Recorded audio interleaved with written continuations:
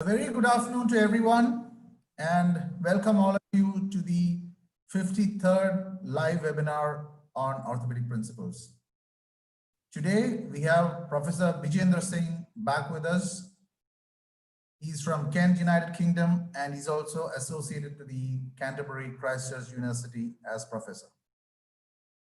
Over to you, Professor Singh. Thank you, Hitesh. It's good to be back. Today, I'm going to discuss a few things on the rotator cuff tears and how this will present or come at the fellowship exams. So with rotator cuff tears, you could get it in any scenarios, really. You could get it as an intermediate case for 15 minutes where you'd have to take the history exam in and make a management plan. It could be on the adult pathology Viva table as well. And occasionally it may come as a short case. So and I suspect that you will probably get at some point in time on your journey for the fellowship exam. So it's quite vital that you are aware of the condition as well as the options. So I'm not going to talk to you about the basics of the rotator cuff. I expect everybody to know about the basics, but the rotator cuff essentially is a group of 4 muscles. And when the term rotator cuff is used in normal terminology, most of the time we think about the supraspinatus and the infraspinatus. Yes, subscapularis and teres minor are also part of the cuff, but when they are involved, they are spoken as those individual muscles. So in general, I would suggest that if there is just a talk about rotator cuff, we're usually talking about the supraspinatus and infraspinatus. Now, the supraspinatus is both of them are important. They have different functions. The supraspinatus inserts on the anterior superior aspect of the greater tuberosity with a medial lateral width at insertion of about 12.5 millimeters. This infraspinatus, in fact, has a slightly wider insertion than the supraspinatus, but the supraspinatus is the one that is more commonly torn and gets affected. The subscapularis inserts on a still larger footprint and is attached anteriorly. The teres minor is not that commonly affected.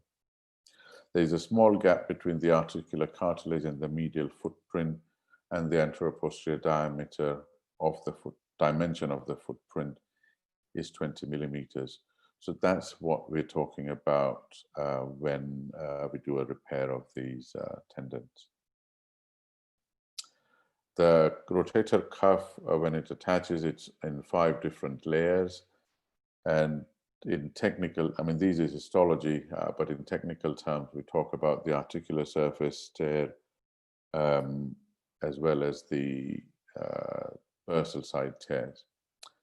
So the 5 different layers, the most superficial layer is towards the bursal side, which is composed of fibers from the coracohumeral ligament and extends posteriorly and obliquely. The second layer is composed of densely packed fibers. Layer 3 is of loosely organized bundles of collagen.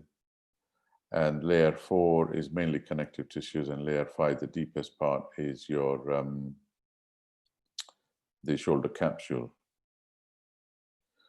Now, the blood supply to this is from all aspects, so both bursal side and articular surface side.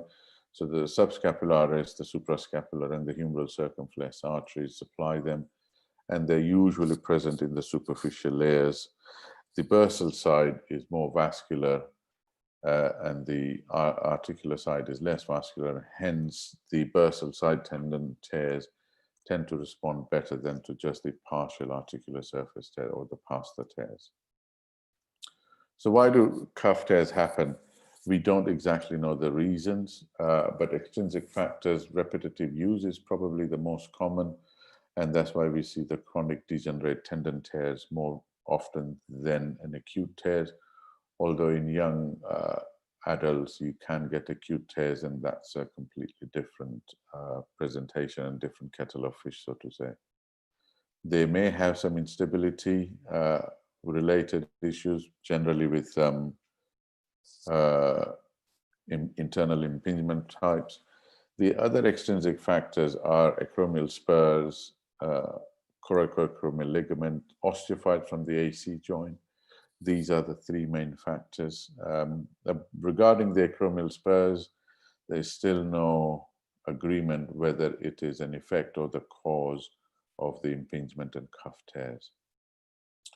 There's some thoughts about the intrinsic factors where the blood supply becomes tenuous to the rotator cuff, which increases the tear. And hence some people believe that steroids should not be used in early stages of tendinopathy, rotator cuff tendinopathy, as this aggravates and makes the tear worse. But there is no studies to confirm that doing steroid injection actually makes a clinical difference. Yes, on microvascular levels, there is a difference for sure. So how do you classify tears? You can do partial or full thickness tears. Ellman classified the partial thickness tears, one less than 3 millimeters or about 25% thickness. Two is 3 to 6 millimeters and 25 to 50% tears. And 3 is more than 6 millimeters or more than half. So this comes useful if you're dealing with a patient who has got partial thickness tears. If it is less than 25%, then most of us would leave it. If it is between 25 and 50%, then it would depend on the extent of the tear and which side the tear is. Again, in vast majority of them, you could leave it. If it is more than 50%, then the options differ slightly, in the sense that some group believe that this tear should be completed and repaired.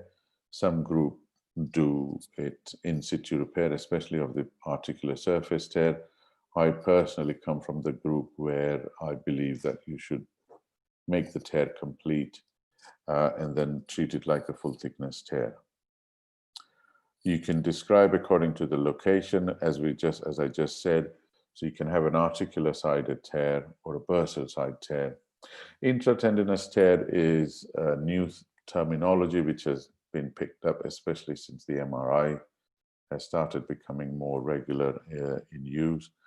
And this just suggests degenerative changes rather than changing any surgical treatment for the patient. The Patte Classification describes as to the extent of the retraction. And this is one of the reasons why I generally prefer MRI over ultrasound in cuff tears. As you can see the level of retraction, and you can explain this to the patient, and also helps you make a plan whether this tendon is going to be repairable or not. So stage 1 is essentially where the tendon hasn't retracted at all. Stage 2, when it's moved slightly medially, but in vast majority of the cases, one should be able to do a repair fairly straightforward. When it is at glenoid level or thereabouts, this is usually associated with other factors, like it's usually a big tear or a large tear or a massive tear. Often the tear is stiff, and quite regularly the muscle, there is a fatty degeneration and atrophy. So that all combines together makes that kind of repair difficult, and hence you can then explain to the patient what your plans are and how you're going to manage it. So I just mentioned the MRI scan. I will just have a few slides on the MR. The MRI is usually performed in 3 planes. Hello? Bijay, are we on the first slide itself? Oh, it's not moving, is it? No, it isn't. Oh my God.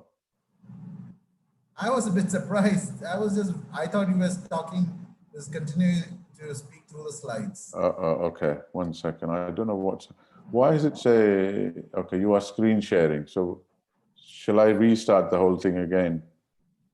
Oh, we have gone quite a lot, is it? Okay. So we can start from. Yeah, Patte is fine. Yeah, that's also, we can just have a recap, not an issue. Okay. So let's go to the MR. Now, let me know.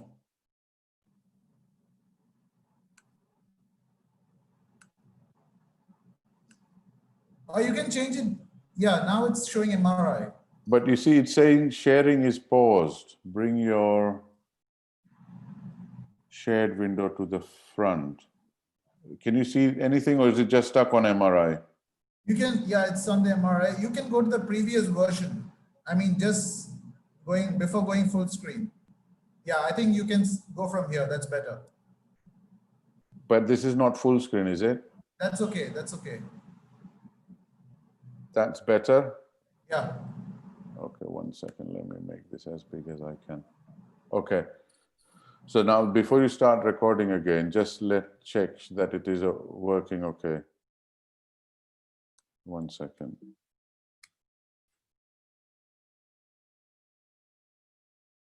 Yeah, okay.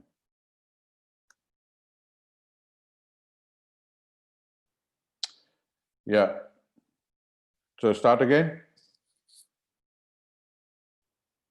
Hitesh? Yeah, you're fine. Okay. So, Patte classification, if you don't mind. okay. Patte classification. That one, yeah? Yeah. Okay. So, sorry, we were discussing about the classification for the rotator cuff tears. And as I was alluding, so this is the classification which comes in quite handy for clinical making decisions, because this helps me advise patients about the tear itself and what to expect. So stage 1 is when the stump is near the bony insertion, and this is most commonly seen with a small tear or acute tears as well, and this is a pretty straightforward and easy repair.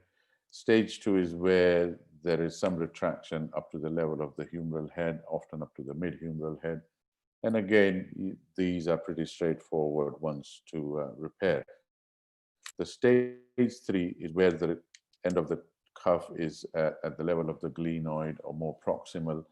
And this usually suggests that the tear is quite large or massive, is likely to be stiff, and it's also likely to have other changes, as in wasting and fatty degeneration within the rotator cuff, making the tear more difficult or often not possible. And hence you can advise the patient accordingly.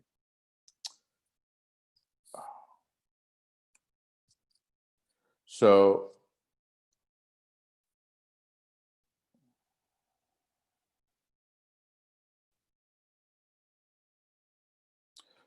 the MRI is usually done in 3 different planes relative to the glenohumeral joints, and these are the 3 sequences that are typically done. One is the coronal oblique, which helps you decide the retraction on the Patte classification. The sagittal oblique tells you about the fatty infiltration and the muscle wasting, and the axial seat is used for looking at subscapularis as well as the extent of the tear. So these are a couple of slices on the MR of the coronal oblique, and you can see here that this one shows a partial thickness tear, whilst this one shows a full thickness tear, and it helps you look at both the supraspinatus and the infraspinatus, the subacromial space, and the labrum issues, as well as biceps tendon. So this is a short video on the MRI going from the front to the back, and you can see that that's the tear starting to come up there, and you can see it's a full thickness tear. So this is like a Patte grade 1, where you can see this is the supraspinatus tendon, muscle belly forming a tendon, and it's tore. That white is the fluid that is present, but it's more or less where it should be. And you can see it's fairly large tear, And this is now going into the infraspinatus territory, where there is some partial thickness tear, but it's not involved significantly. So that way you can advise the patient about the management. The MRI Sagittal Oblique helps you decide, look at the muscle atrophy. So as you can see here, this is the Patte classification. And generally you would expect the supraspinatus to incorporate almost the whole of the supraspinatus fossa. But here you can see it's below that line, suggestive of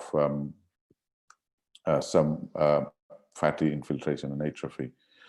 The axial scans are useful to look at the biceps tendon, which is particularly important if, well, it's important in all patients, particularly if you've got a traumatic cuff tear, as often these are fairly massive tears. Look at the glenoid, the labrum, the subscapularis. As you can see here, this is a patient where the biceps tendon has moved from its groove and is lying here medially. And this often is associated with a subscapularis tear. And at the bottom one, this is from an instability patient, where you can see there is labrum disruption as well as a small loose body in the posterior aspect. So let's look at this axial CT MRI scan. So in the axial MR, you can also look at the AC joint. So this is now just coming up to the supraspinatus tendon and the humeral head and the glenoid coming in. And if I pause it there, you can see this is the subscapularis, fluid on there.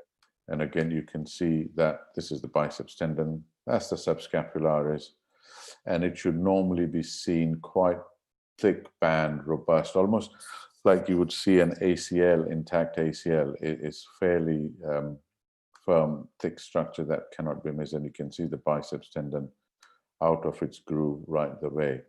So this patient has got the subscapularis tear as well as the supraspinatus.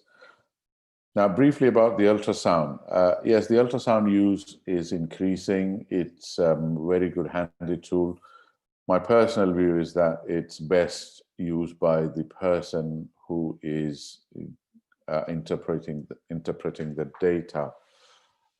If, as a surgeon, I think it's best used in your own hands, because otherwise you're relying on secondhand information.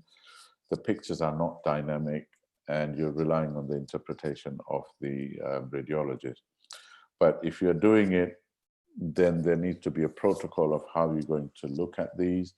So starting from the biceps and the subscapularis at the front, then the supraspinatus, then the subacromial bursa, and then round the back. And you need to understand what the anatomy looks like. And one of the main reasons why the ultrasound is so much operator dependent, because if you look at these two images, this is of the same patient, and what the difference is, the angle at which this probe is held is different. So here you can see which is held perpendicular, and you can see the biceps tendon in there. In this picture, the probe has been angled slightly so that this biceps appears to be empty. So if somebody was looking at the bottom picture, you would think that the biceps is missing, but in fact, the biceps is still very much there. So that's the downside of the ultrasound tendon. So these are just the three sections of different MR. So on the left is your normal looking rotator cuff tendon. The supraspinatus here, there is a partial articular surface tear. And on this one, you can see there is a full thickness tear. So this is an example of a patient who had a fall whilst running, and he fell with an abducted arm. And you would get this on your Viva table with these pictures and that history. So essentially, you've got to evaluate both the planes and see where the problem is. So if we start with this top right-hand corner MR, so this is a coronal MR T2 most likely to be, which is showing the supraspinatus muscle belly and forming a tendon. And as it comes to its insertion, I can see there is a gap there, and which is also seen on the further slide, further image further down. There's a fair amount of fluid all around. The glenoid and the humeral cartilage looks fairly normal. On the other pictures, this looks like a T1 image, which shows on the top one, I can see the biceps tendon has moved out of its groove, and the subscapularis also looks to be torn, which is seen even on the bottom picture. So looking at this, my diagnosis would most likely to be that this patient has got a large or a massive rotator cuff tear. And I would like to examine and assess the patient, take a good history, and then make a management plan, which is most likely going to require a surgical repair. Now, the question is whether these rotator cuff needs to be operated upon. So what's the natural history? This could be a potential question. So this is one of the studies looking at natural history of non-operative treatment of symptomatic rotator cuff tear. Now, it's quite important to differentiate between a symptomatic cuff tear and an asymptomatic cuff tear. So often people will bant around the asymptomatic cuff tear, but we are not advising treatment for asymptomatic cuff tears. So this study looked at patients under the age of 60 who had 5 millimeters or bigger tear on an ultrasound. They followed up for at least 2 years or longer, and the ultrasonography was done by the same sonographer. They had 51 out of the 61 patients return.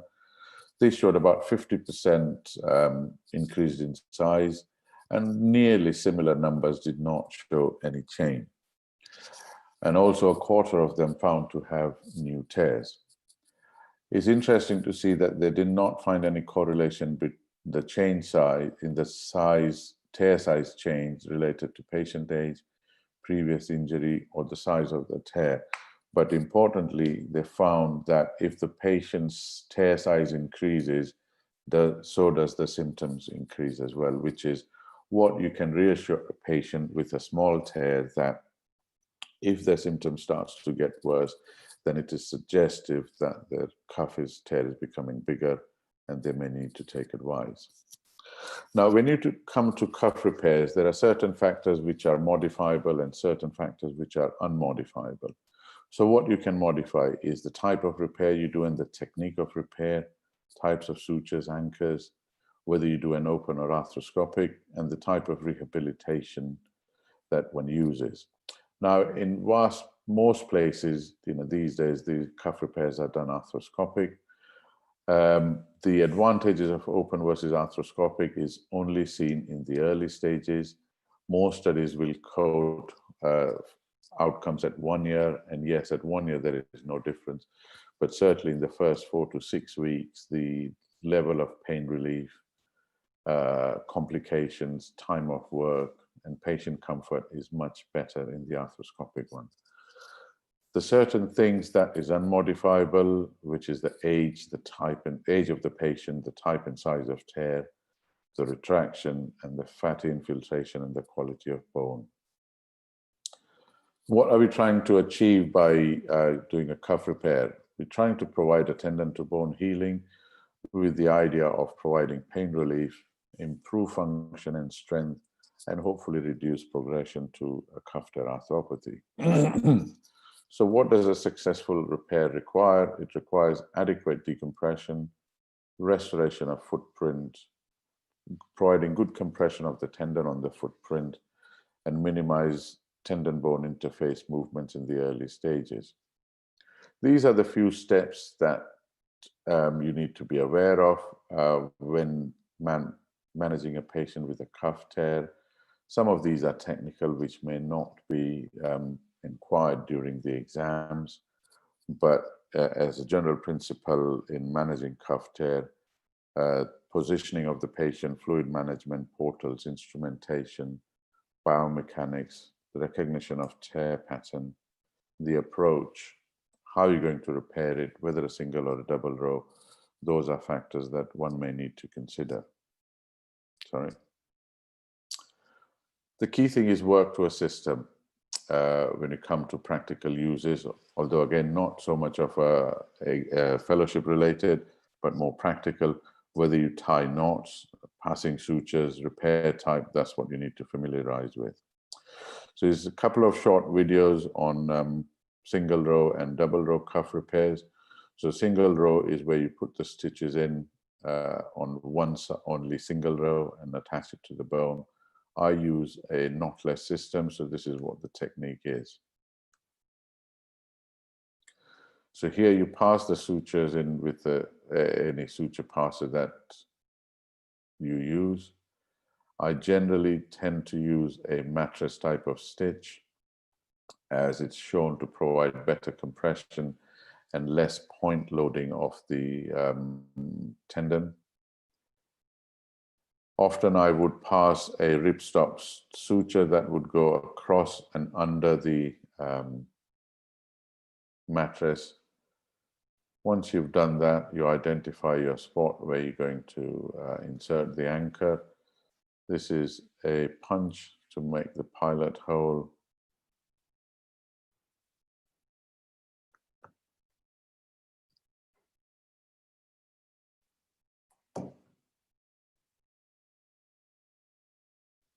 And then the anchor going in, and you can see the tendon has been brought in quite nicely.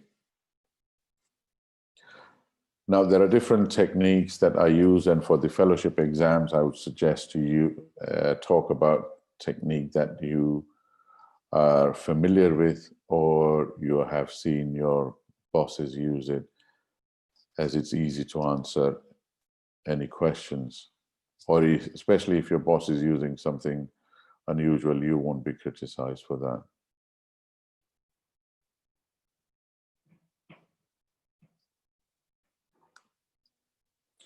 that. This is the technique for the double row. As you can see here, this is a much bigger tear. That's the edge of the cuff. This is the articular surface, and this is the footprint. So the first step is to prepare using the burr, and this shows nicely the size of the tear. And what I'm doing is using it on reverse to just decorticate the bone, then checking the repairability, and you can see it's quite a mobile tear and comes and sits nicely. Identifying my medial row anchors with a needle first before I make another portal.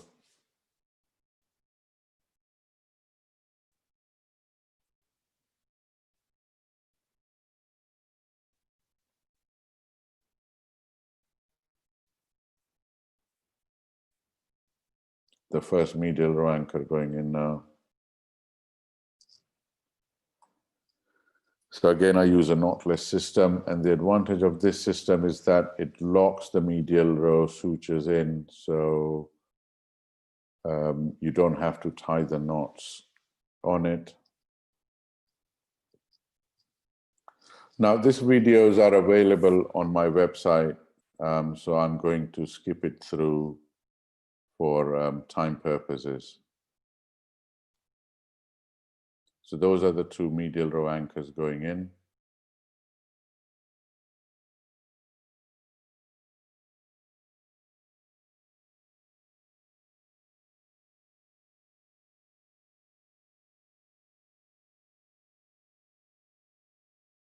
And then you pass your sutures through the rotator cuff.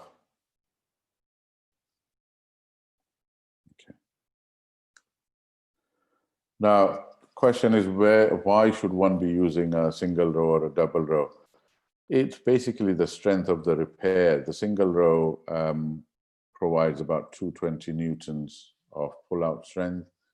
The double row increases that by about 50%, and the suture bridge, wherein you crisscross the stitches, provides a higher pull-out strength. Now, it's important to remember that a few basic studies to look at what the strength in the rotator cuff repair needs to be is actually quite low. So the pull-out strength needs to be about 180 newtons. So what it suggests is that even a single row repair is probably strong enough to provide the healing. But more and more studies, as I will show, are coming up to show that the double row is better. Now, the clinical outcomes of this use of single or double row shows that there is not a significant difference in the most of these patients. But what we know that is certainly in the larger size of cuff tears, the double row has shown lesser amount of re-tear rates with a double row repair, and hence that's what people are advising. What about the rehabilitation? How does it affect the eventual outcomes? So this study looked at 4 different aspects of early versus delayed rehabilitation.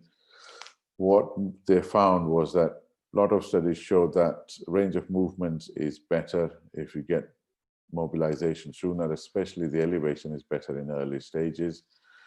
And again, like with lots of range of movement things in orthopedics, pre-op range of movement is shown to be the most important factor to regain the movements. And again, there is no difference at 1 year. There's no difference in the level of pain in early or late mobilization group. Muscle strength, there is no difference between early and late, but it still stays lower than the other side. And re-tear rates, these are re-tear rates on MRI scan, and this is variable and up to more than 90%. But functionally, there is no difference between so in fact, I now mobilize most of my patients at 2 weeks. So to conclude, the key to success is to pick a winner, have a good anesthesia, tension-free reduction and repair, need to do a thorough birsectomy for visualization, work to a system. There's variety of equipment is invaluable. And in my own practice, for small tears, I would do a single row mattress repair. And for a larger tear, double row suture bridge type of technique. Thank you. Vijay, thank you for that presentation, and it was very nice listening to you. There have been a couple of queries. Yeah. Both are related to the 2 trials. One is the UCuff trial by Carr, which looked at arthroscopic versus open and said that the difference is not major. What do you think about it? Yeah, so as I said, it's a lot of these studies actually focus on the 6 months or a year down the line. So yes, whether you do it open or arthroscopic, 1 year outcomes are no difference. And I don't think any shoulder surgeon will deny that fact, that it's the initial part, the post-op recovery, the inpatient stay, and also the risk of infection and wound problems. And also, I personally find that, with the open repair, your visualization is fairly limited. With the arthroscopy, you get to see it more often. The other thing unless you are a surgeon who still does a shoulder arthroscopy, does the decompression arthroscopy, and then does the repair open, that's one group, but that's okay. But if you're just doing open cuff repairs and not doing the shoulder arthroscopy to begin with, you are likely to miss out on a lot of intra-articular pathology. So a simple thing like a partial biceps tear, or if there is a loose body or something like that. So that's my take on the open versus arthroscopic repair.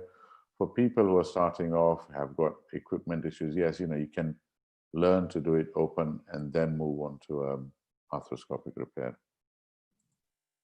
Thank you, Vijay. The other one is regarding the other very popular trial, the Seesaw trial, which was published in Lancet, again from the Oxford. Yes. And they looked and they say that there is the role for a subacromial decompression is like minimal or Okay. not there at all. What do you think? Okay. So the Seesaw, I mean, I was one of the contributing surgeons to the Seesaw trials. Now, what people actually forget is that all the patients, certainly in the UK and certainly in my practice, that who come to decompression have actually exhausted all the non-operative means following surgery, following the shoulder pain. The other important bit, because when did this come? This came in 2014 Lancet. Was it 2014 Lancet? Yeah, okay. Yeah. And no, I thought the Seesaw was a bit later. No, Seesaw was in 14 and 2017 was the UCUF.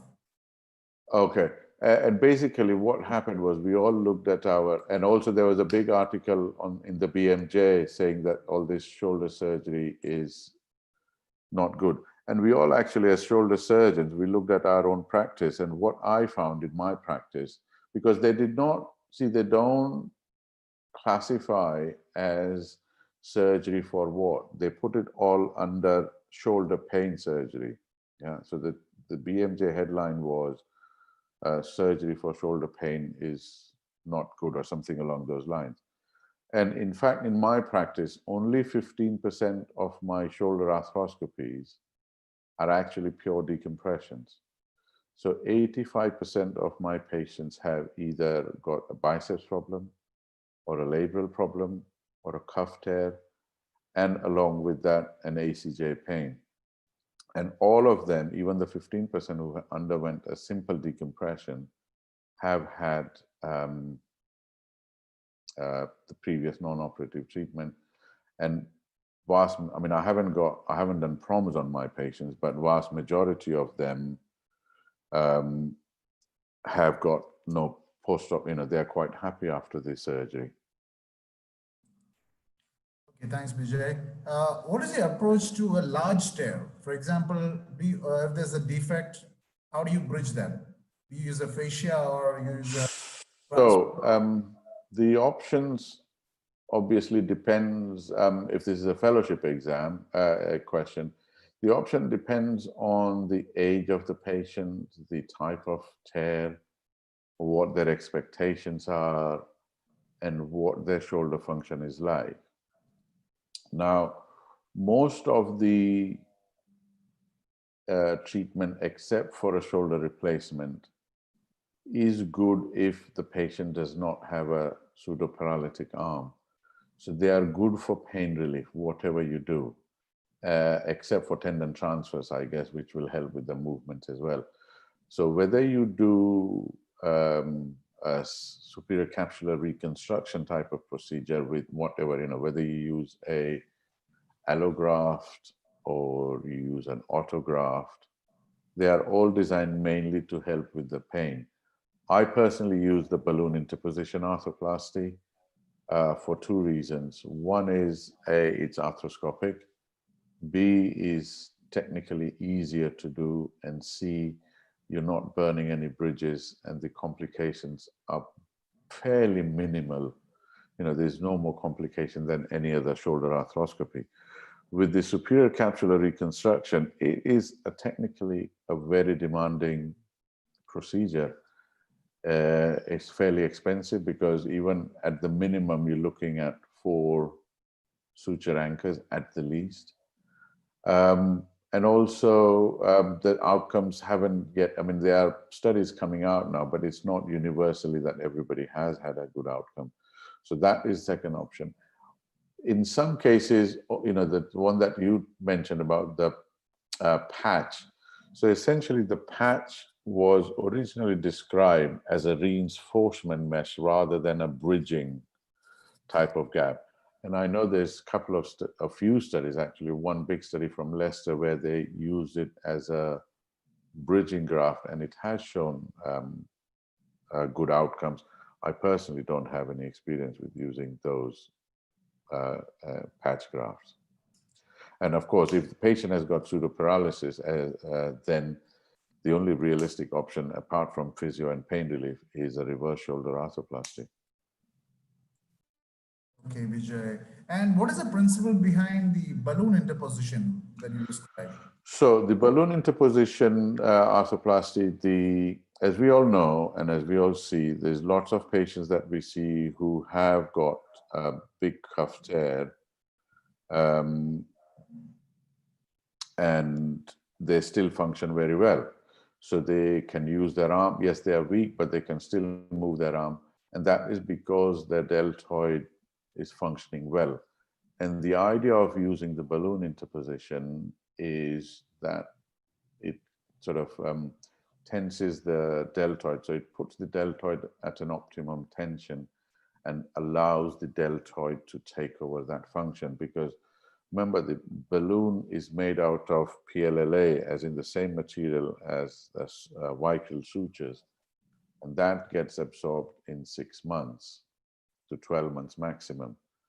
And so that effect is no longer there. But hopefully by that time, the deltoid has been retrained and has started to take the function over. And I think, what's his name, George Arthwell, published some study, biomechanical study, to show that effect. Yeah, George Arthwell from Canada, right? Yes, that's correct, yeah. Okay. And do you keep it in the subacromial space? Where do you leave the balloon there? PLLA. So it stays in the subacromial space. So basically the steps would be that you do a bursectomy. You don't do the bony acromioplasty because you don't want any sharp edges. And then the balloon comes up, rolled up, and as you push the fluid in, it unfolds and just sits on top of the subacromial bursa or the humeral head. Okay, Vijay, I think that's all the questions that we have, and we have done, I mean, even in previous lectures, I think we have touched a bit about the cuff, and I think this has been comprehensive and covered the entire aspect. And thank you. Since So there are just questions, yeah, we can wind up this session. Just one thing, that on the YouTube, I have got a video channel.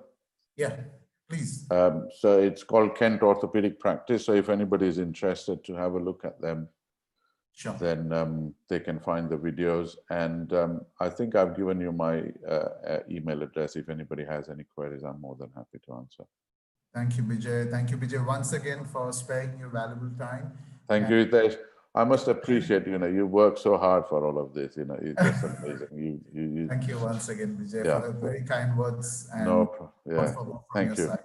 Thank you. Catch up soon.